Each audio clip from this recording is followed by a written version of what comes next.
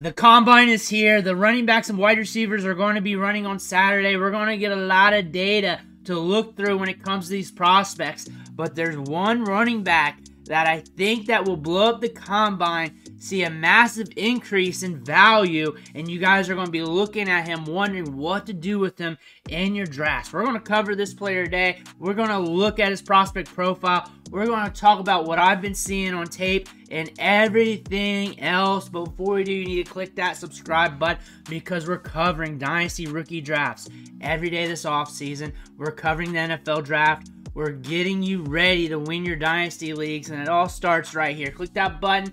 Stop missing out. But who's that player? Who's that one running back that I'm thinking that's going to jump the shark Saturday and into Sunday? And then after that, there's just going to be a smoke cloud event of people talking him up. That player is going to be Jaylen Wright because he had a big season this year in the SEC, over 1,000 yards rushing, 5'11", 210 pounds. But to get the story on Jaylen Wright, we got to wheel things back to the high school days because you know I like talking about the high school days. We cover high school recruiting on the channel, and the reason why is because we want to get down to the basement level of these players, and we want to go down from the bottom to the top so we know everything about these players to see what they're like, see how they can transition, and see what their game's about. And going over to the high school level, over at 24/7 Sports, nobody really wanted him. He was a 3-star prospect, ranked 38th in the class, though. Not too far down there, 187. He's listed at 210 now. We'll see when we get to the combine.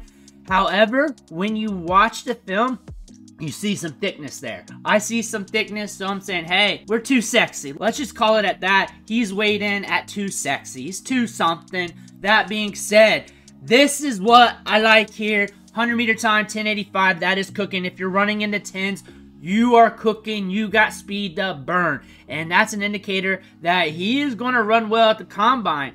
Then you go to the tape. Look at that long run against Georgia. Him pulling away against 5-star, 4-star defensive backs, scoring that touchdown. You can see the long speed. You can see the assertiveness running to the hole. He also has a 200-meter time on him. This guy's got good size, adjusted athleticism, going from the high school ranks to the college ranks. We go to the tape. It's still there. It's still there. So that's a very good indicator. Over 1,000 yards rushing this year. Only 4 touchdowns, but still we were productive at the SEC level. 875 yards the year prior. 7.4 yards per attempt. We're looking good. We're looking good. And the thing about this, when we look at the game logs, we have some 100-yard games to his career here. We have 8 of them, and this is all his games of 50 yards or more. We went off against Vanderbilt, Texas A&M, South Carolina, Kentucky, Austin Peay, Virginia, Connecticut, Vanderbilt, some SEC schools, some G5 schools, some smaller schools, but we were able to get it done against Clemson, against Georgia. We're able to get it done against top-tier Power 5 schools. We got experience against top-tier competition against Alabama, Georgia twice, Georgia on the road, Florida on the road. We're able to show some production, and we have experience against those tight gaps. You see it on the film. You see him finding the hole, with the hole being pretty narrow and him blasting right through it. But yards after contact per attempt in 2023, 4.35. That is elite. In 2022, 3.75. So we're seeing progression here as well. 3.72 on his career, 43 missed tackles forced, 592 yards after contact. I will talk about the negatives to his game. I'm not going to be speaking in hyperbole the whole time, but I am going to talk him up a little bit because people are down on this running back class. And I got to get you something excited about, and I got to get you something to look forward to when we're looking at running backs at the NFL Combine. I will say we got a lot of bigger running backs in this year's class, and that's going to give the NFL a lot of meat bodies to use at the running back position. A lot of young running backs on the cheap that they can just thrust in there as backups, spot starters, that can give us some fantasy production, maybe for a few games, maybe for a few seasons, but you know how it works. And then also looking at his chops in the receiving game, this is where things are starting to get a little bit lacking here because we don't have much experience at that 107 routes ran in 2023. That's that first RECV column right there. 107 routes in 2023, 259 on his collegiate career. We're getting a lot of targets at the line of scrimmage or behind it because he has a negative 1.9 ADOT on his career. We're not used a lot in the slot, so we're not running routes out of the slot, but we are getting some. 17 slot routes, slot snaps on his career, 10.2%. So not horrible. He is getting thrown out there, but it's not like it's massive or anything. But the production is a little bit low in the receiving game, but he's got deep speed. He's got home run hitting speed. He can blast it through the hole. Solid jump cut, moves laterally well there. Thick, good size, not small, not shriveled up. Solid contact bounce. You hit him, he can bounce off, and he's a very assertive running back. And then going to the weaknesses, doesn't stack moves well in the open field. He's pretty much one cut and go. That dead leg and go, he'll get it. Maybe he can do it from time to time, but not too often. He does run kind of tall, so he needs some extra bend at the point of contact. Limited wide receiver. He can be a wide receiver out of the backfield, but he's limited. What I like about him as a receiver out of the backfield, catching balls out of flat, he's got that home run hitting speed at the top end. Once he gets to that top end, that could allow him to eat up yards in the open field. If he catches the ball in the flat, he's got some space to build up. He's not twitched up laterally. He's not going to really make guys miss often moving laterally, but he can. He's got a good dead leg. He covers a lot of ground, but he's not that guy that's going to statically move laterally side to side off the dead leg, off the footwork.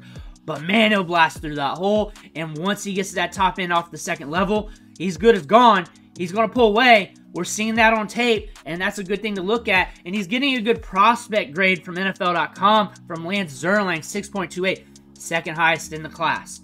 He's rated higher than what I got him. The thing about Jaylen Wright, he's a bigger running back that's got some pop in the step. That's what I like about him. He's got him compared to Melvin Gordon, and that was a head scratcher at first for me, but now that I think things through, it makes sense because both these guys saw the hole, got to the hole, got through the hole, are not massive in the receiving game coming out of college, but you see that step, you see them in the second level, you see them pulling away, you see the production. Melvin Gordon was more productive coming out of college. You can't get much more productive than he was. He also had that big 400-yard game on his career, I think against Kansas. That was a huge matchup for him. But again, Jaylen Wright has some goods to his game, and if you needed to pair him with a running back that you can get a clear picture of their game in your head, Melvin Gordon does make some sense there.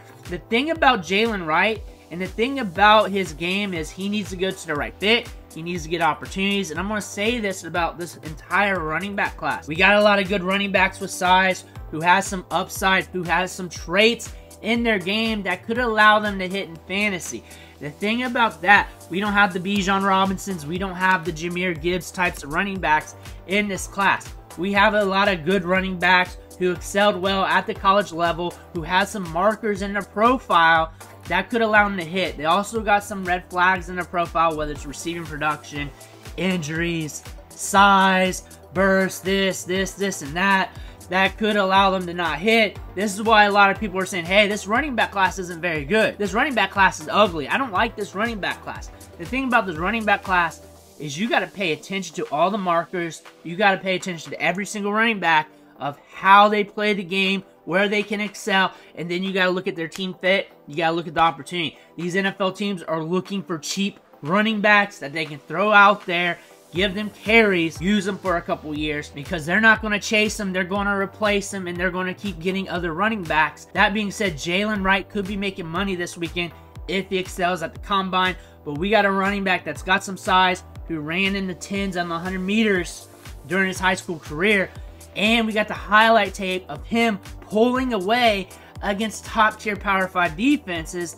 That being said, we got a guy here that could have some upside. But going back here to his draft capital, to his potential draft capital, this guy is moving up the board, and it's quickly. Nobody was thinking about him about a month ago. Nobody cared about him a month ago. Now he's moving up the ranks. The thing about this chart here, they got him projected as a 4th rounder. The combines this weekend, the running back class is ambiguous. If he hits this weekend, if he lives up to those markers, if he posts good size-adjusted athleticism, watch this chart move up. If he doesn't, if it's just average, say it's just a 60 to 70 percentile size-adjusted speed score, it's probably going to hover around the same. If he's kicking it around the 80 and the 90th percentile, that's going up. That's going up 3rd round, 2nd round. People are going to be prospecting him going in the 2nd round, going in the 3rd round. This is going to be a big combine for these running backs because we got some bigger running backs. If they post good speed scores, you're going to see them talked about a lot. And then you're going to see them mocked a lot. And then you're going to hear a lot of chatter about them. You need to pay attention to the running backs. You need to pay attention to how they play the game. Pay attention to Jaylen Wright. We got some size here. We got some speed there. He's not the greatest running back. We do not have a Bijan Robinson in this class. Don't look at him as a Bijan Robinson. Don't look at him as the next big thing. Look at him as a guy with some potential that you're watching this Saturday to see what happens, because we do have some upside here. Let me know what you think in the comments below. Make sure you hit that subscribe button on the way out. I want to thank you for watching. Catch you on the next